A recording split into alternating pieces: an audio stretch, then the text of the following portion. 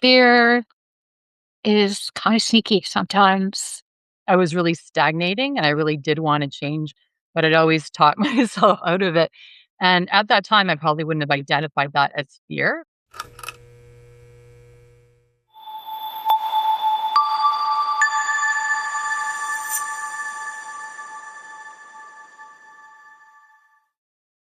Hey, glad you're here with us. Before we dive in, let's just take a collective breath together. You're here, you're present, and you're safe in this circle. We've got the coaches here with us today. What do you say, coaches? Are we ready to deliver some insights today? Absolutely. Absolutely. Absolutely. Yeah. Yeah. So, when fear isn't loud or dramatic, what does it actually sound like, especially when it shows up as being sensible or loyal or just practical? Fear is kind of sneaky sometimes because it can whisper. It can show up, even though it's fear, it can show up as, being being reasonable or responsible or caring or loyal. And we can be so immersed in that place that um, we find safety there. And sometimes it can keep you stuck, like to be sensible. Gee, I want to change careers, but if I'm going to be sensible, we have bills. It's not a good time. I'm getting older. And here's the thing, there's never a perfect time to take a leap. So the sensible keeps you safe, but can also keep you stuck and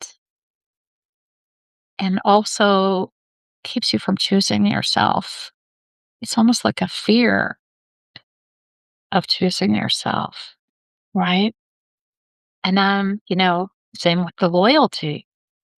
You get so immersed in being invested and being the person you can be counted on, the the one who's always there for that other person.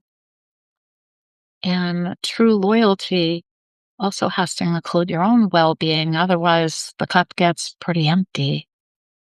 Um, yeah, and then practical. We're always so practical. I think women are raised to be so practical, to do what's good for everyone else. What about money? What about the kids? What if it doesn't work? And then we just mask it and we don't choose ourselves.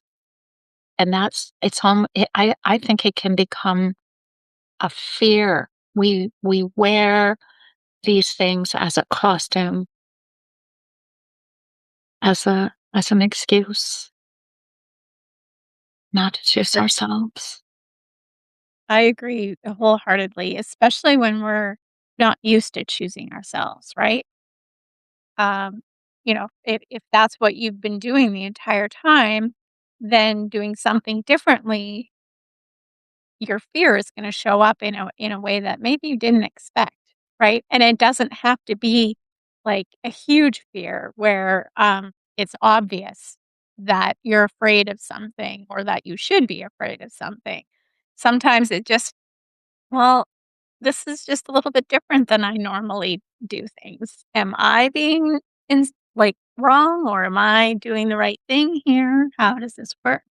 I think for me, fear is a lot of what are other people gonna think too, right? Yeah. Because I was brought up to, like, just sit and quiet but I'm not that person. That's not me. I'm not, one to do that. So, I have a tendency to fear what others think, and I'm trying to work on that and not do it. But that's one of the things that fear sounds like to me. And we just have to embrace ourselves, and looking after ourselves first helps with that, for sure. Yeah. And for me, it's so interesting what you're saying, Shelly, because I think at my last job, I was really stagnating and I really did want to change. but I'd always talk myself out of it. And at that time, I probably wouldn't have identified that as fear. Like you said, it's more like being sensible or being responsible, right? But probably really I was fearing the unknown, fearing judgment, feeling failure, stuff like that. And it took until COVID, right? And then finally, I was forced to leave that job and, move on. But it's so interesting, how all these underlying things, right, can cause our fears. And we don't Yeah. really understand what's going on necessarily. Well, interestingly, fear is something that does not always shows up loud and clear, especially for high achieving women. We master the masking all our fears. So you have to identify those.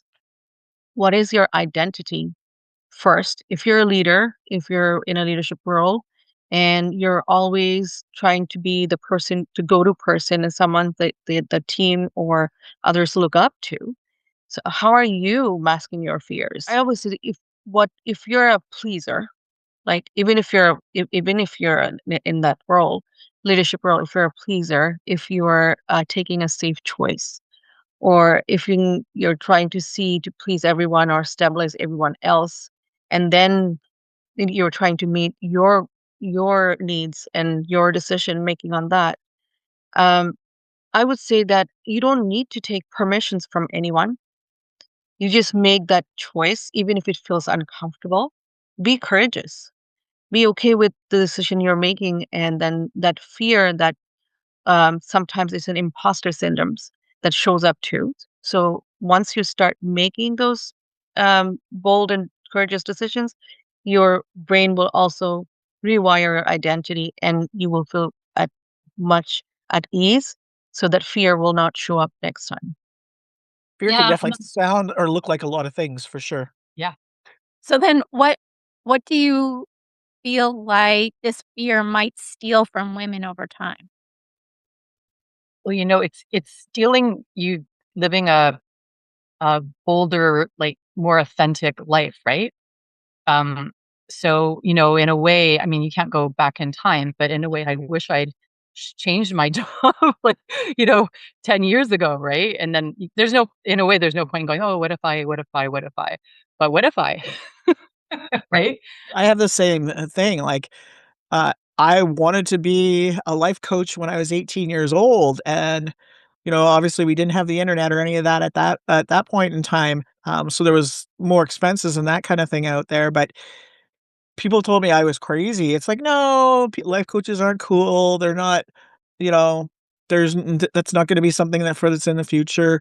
Um, and now there's a part of me that wish I would have listened to myself, because my Ah, intuition was right, right? yeah.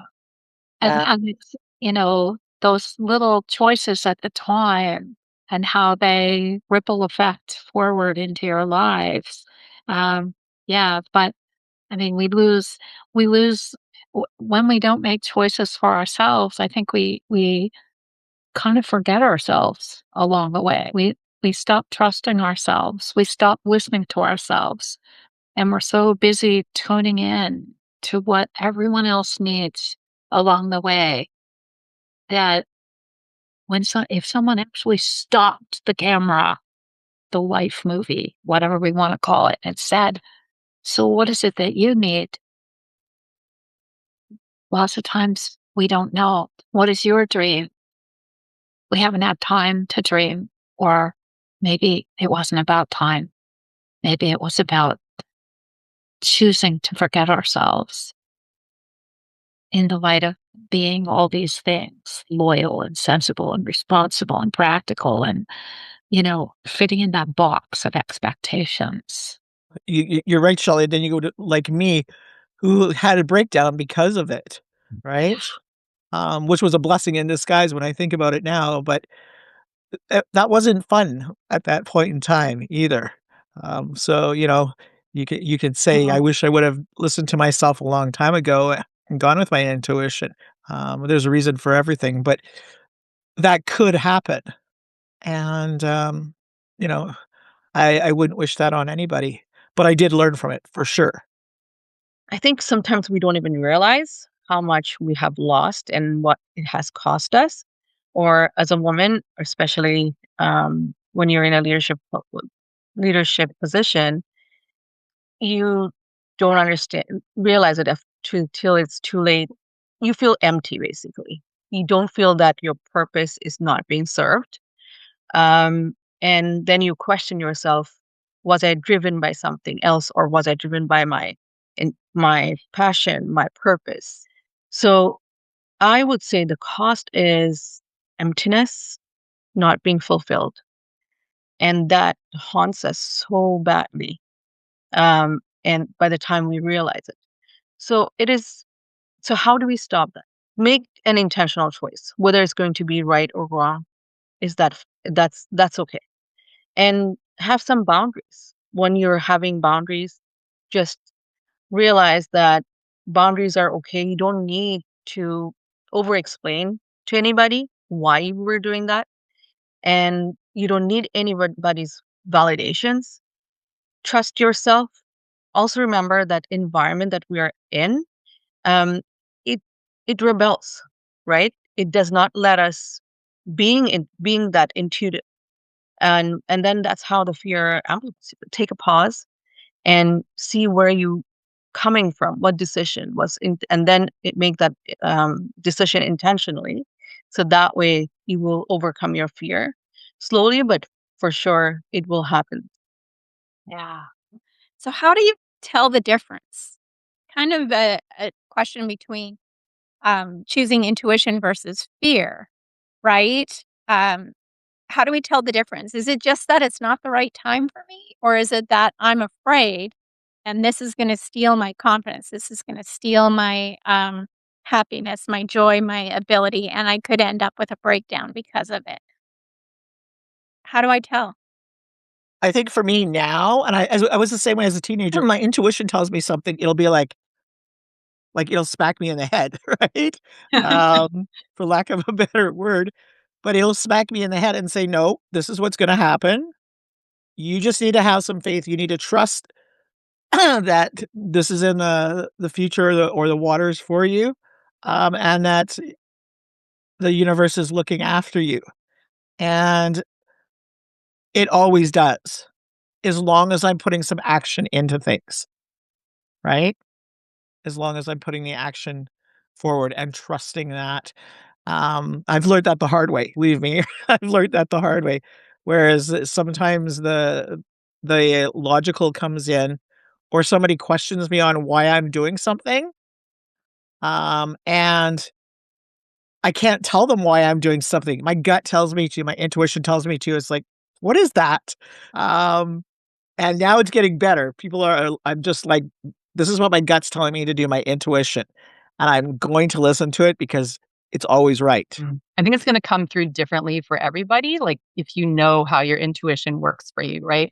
But for me, I just kind of imagining the future and then feeling into it. How do I feel? Do I feel peace and clarity, or am I feeling like heavy and frantic about it, right? Kind of just tapping into your body and seeing what that looks like.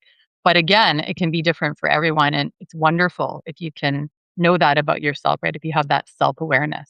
Agree. And fear, like knowing the difference between fear and that inner knowing, that intuition, fear is bound up in what if this happens and what if it fails, and it's future focused. It's not focused on the present. It's kind of a little bit like catastrophic thinking.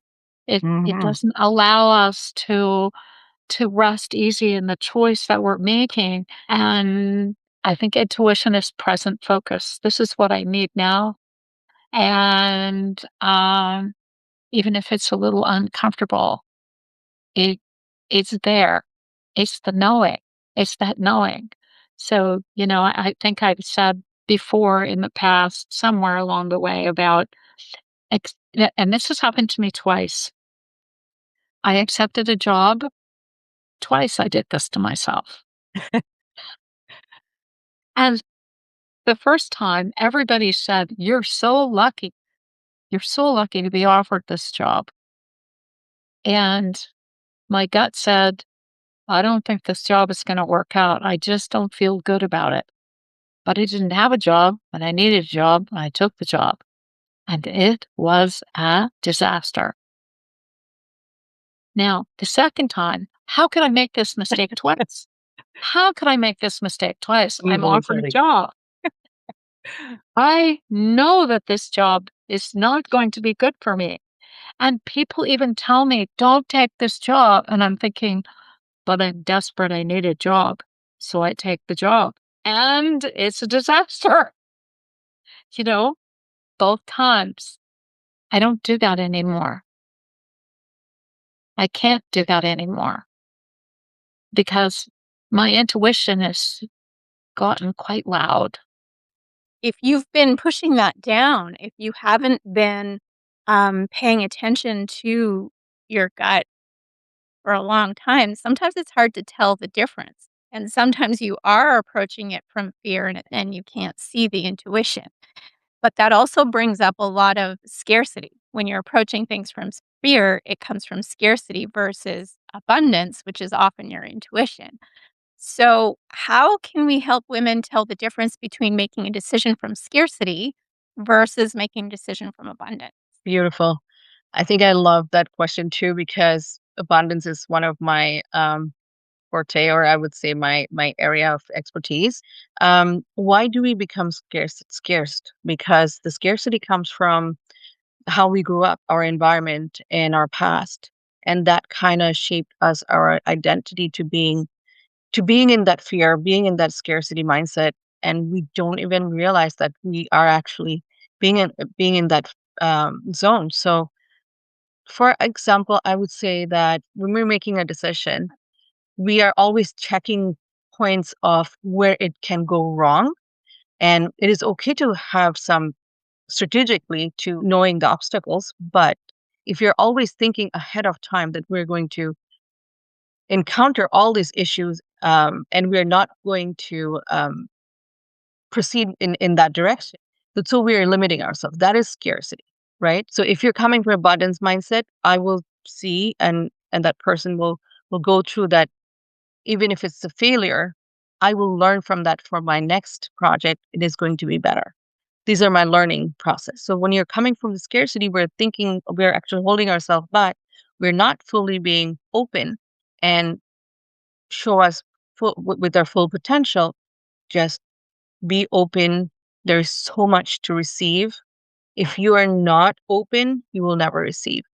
Absolutely. And it's often I think Tony Robbins says this uh where your focus goes, your energy Energy flows, flow. right? So if you are constantly focused on the scarcity, on I need more money, I can't find more money, I gotta figure out how to make more money and like there's not enough money or whatever, or there's not enough time, or there's not enough my job sucks, everything is terrible, all of this stuff, um, then of course you'll get more of that because that's where your energy is going.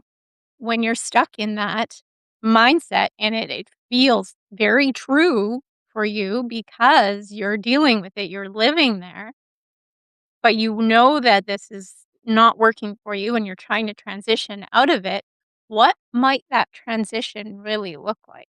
That transition it is so much freeing. I would say that's a taste of a freedom, true freedom, that what you really are, and you are stepping and showing up and stepping up to yourself, a true self that you really wanted to be or want to be, that identity that you've been harboring in yourself, like quietly, and showing up with that has tremendous power, tremendous self-satisfaction and fulfillment. And also, it's not only you, you're also spreading that energy to to the others. So I think that is beautiful, beautiful feeling. And I encourage everybody to step up and show up for that who you really are, who you want to be. Don't hold yourself back. Does anyone have any quick tips on how to learn to listen to your intuition? Because a lot of us, we've spent years pushing that down, not listening, trying to do the logical thing, that to this point, we can't even hear the whispers of our intuition anymore. Slow down, breathe, go for a walk, find your inner safety before you make that decision. Because if you're in a state of urgency or, feeling rushed or anxiety or the what ifs are flying through your mind, you're at risk of making a decision that isn't best for everyone. Yeah. And I think we talked about decision making in a past episode. You know, when we make one decision, it's actually many, many decisions behind the scenes. We're making many, many, many choices at the same time, because we're aware of the impacts of our decisions. It's not like when we're kids and it's like, well, do you want to play on the rope swing that hangs over the bank? Um, yeah, sure. You don't think about what would happen if you fall off. You just want to go on the rope swing. That's not how we think now.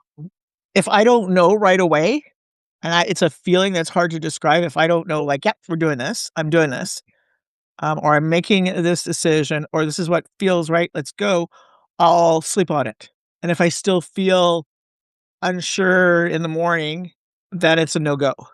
My intuition will tell me, yes, go, dumb, like it'll kick me in the butt basically and say go. Um, or don't do that. And you need to really ask that question to it. It's like yes or no. And if it doesn't say yes, yes, yes, yes, yes, yes, it's a no. And I love to, I really have to take time to be quiet and present because I get so distracted. And that's kind of a way to avoid making a decision or listening to your intuition, right? So, what I love to do is do a meditation with the question in mind and then kind of journal about it afterwards and just see kind of what comes up. That works for me quite a bit of the time now, but really getting calm and present is important. How do you tell the difference between a healthy caution and being afraid that's keeping me stuck, not moving forward even though I know I need to, versus, you know what, I really do need to take caution here? That's a great question. I think a healthy caution would serve your values and goals. So you want to check in, is this serving my values and goals, or is this preventing me from living an authentic life? Right? I think healthy caution moves forward steadily, and fear comes with, well, maybe a little shallow breathing, maybe a tight chest, maybe, that anxiety that so often, you know, there is something called healthy anxiety. That we're designed to have that. And we're supposed to have that. But when the anxiety becomes unhealthy and, you know, it doesn't feel like we're making a careful, healthy choice, then we really need to look at it. Yeah. And I like about when you said, Tiffany, about aligning with goals and values. Does this align with my goals and values? Because Good. if it doesn't, that's probably why s- something inside you is putting on those brakes, right? Absolutely. So, is what I'm hearing from you, when you're feeling resistance of any sort, that you just take a moment and reassess and figure out from there where this is leaning. Is this aligning? Let's journal, let's meditate, let's clear our minds and then make a fresh start when we're not in decision fatigue. Is this what I'm hearing? Absolutely. Yeah, Yeah. I agree. Yeah. I No? just think it comes just down to self-awareness, right? So the more you tap in with yourself and your feelings and your inner validation, that's what I would say. Instead of looking out to the world, out to society to tell me what I need to do or what's right for me, really starting to tap into myself with my inner wisdom, my inner intuition, my inner knowing. Yes, absolutely. And all of this, the figuring out your intuition, figuring out your the self-awareness and everything else, is that something that people can do on their own? I like the help I had. I can honestly say that. Whether it was me doing EFT tapping or whether it was me, chatting with Doris and just saying, "Hey, how do I organize this a little better?" Or Tiffany, like, "I can't get this out of my system. What's going on?" Or just talking to Shelly about something that was going on and how to deal with it, right? Like how it's going to be. And I, in particular, am talking about my skin cancer that I just went through. So talking about it to someone who is better at doing it or has gone through it, right? Or has studied it is was better for me in particular, and I agree it would be better for everybody else. And it helps validate you, right? Um, so you feel better about what your intuition was telling you. I absolutely agree with Joyce to work through these issues in connection with another human being, whether it's a coach or a counselor or your best friend or whoever it is that helps by meeting you where you are and is able to listen and be a sounding board without having an agenda for what decision that you make because, you know, that's where it really helps sometimes to have an objective party because, lots of times our families love us so much that they want to steer us in a direction that works for them Mhm. without even realizing that they're doing that. And Right. so, you know, to be able to externalize what we're experiencing and look at it with another party and really figure it out. And and I love all the pieces, the journaling, the meditating, the idea of sleeping on whatever's happening. All those pieces go together because when you put them all together, we're allowing ourselves to meet ourselves where we are rather than pushing ourselves into some state of unhealthy urgency. Yes, you can do this on your own. There are people who have done this on their own. But man, is it a lot harder than getting some objective support. So, I mean, it's up to you. You can be the kind of person who can do it on your own, or you can be the vast majority of the people who need a little bit of support, and that's okay. It all needs to happen internally before the external feels safe. So, what's the first step in that? I would say first thing is understand or just to realize that I don't fit in my situation right now. Something needs to change, right? And I'm not being comfortable anymore. Um, and I'm resisting. When those fear, those kind of emotional triggers you feel, that's when you know that you need to go through the transition, be in a different role or different identity. You need to be showed up. So once you understand that, best thing I would always say is, like you said, reach out for support, speak to someone professional, and that they have lived experience, they have professional experience, they're dealing with different clients. So the results that what you're going to achieve maybe by your own, it might take 10, 15 years or more, or sometimes it could never happen. So that collapses the time, number one. Number two is you're being safe, you're being helped and guided through. So that is that you don't feel that what's going to happen next. That's the most fearful thoughts that we have, that unknown, fear of unknown. So that will help too. And then you'll be able to take actions, the next steps with the guidance. You're not alone. What runs difficult too is when your intuition is telling you one thing, but there's no one around who's actually supporting it. Mhm. Um, Like you have an idea, you have something that you want to do, and you mention it to your friend or your mom or to somebody, and through their filter, that doesn't seem like a good idea because of whatever's going on in their life. How would someone approach something like that? Should they just give up or Giving up is easy, but it's still hard. You can say, I give up. I don't want to do it, but then you can't in your heart, in your body, you will feel the reactions because you're not really okay with it. When you say give up, you're actually taking a step forward, saying that I'm not going to do or I'm not going to go forward with the decisions that needs to be happen. So I don't want to break that cycle. I don't want to be courageous. I'm just going to be conformed with the present situation. So that is also very hard. So I would say which harder is better for you. Choose that. You're saying I give up, meaning I'm okay with it. I'm accepting it. It is being uncomfortable, but what if it works out?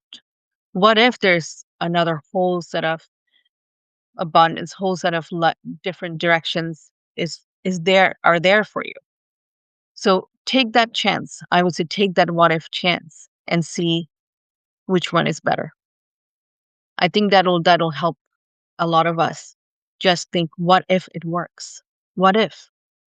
Give yourself that permission, that kind of a courage to work on that. I want to thank everyone for being here. I'm so glad that we could share this time together. So if you noticed yourself in any of these conversations, especially in the moments where fear sounded like logic or responsibility, that awareness alone is meaningful. And I commend you for actually thinking about it. So if you're ready for support that helps you thrive as your version of a better you, the easiest place to start is our quiz. It helps match you with the kind of support that fits you best. Thank you, coaches, for this fabulous conversation. And always remember, you matter. So please take care. See you next time. See you. Oh, hey, thanks for watching. Since you watched this video, we thought you might really like this video. Oh, and don't forget to subscribe right there for more great videos. Plus, tap that notification bell so that you don't miss any videos at all. Comment your thoughts below and see you next time.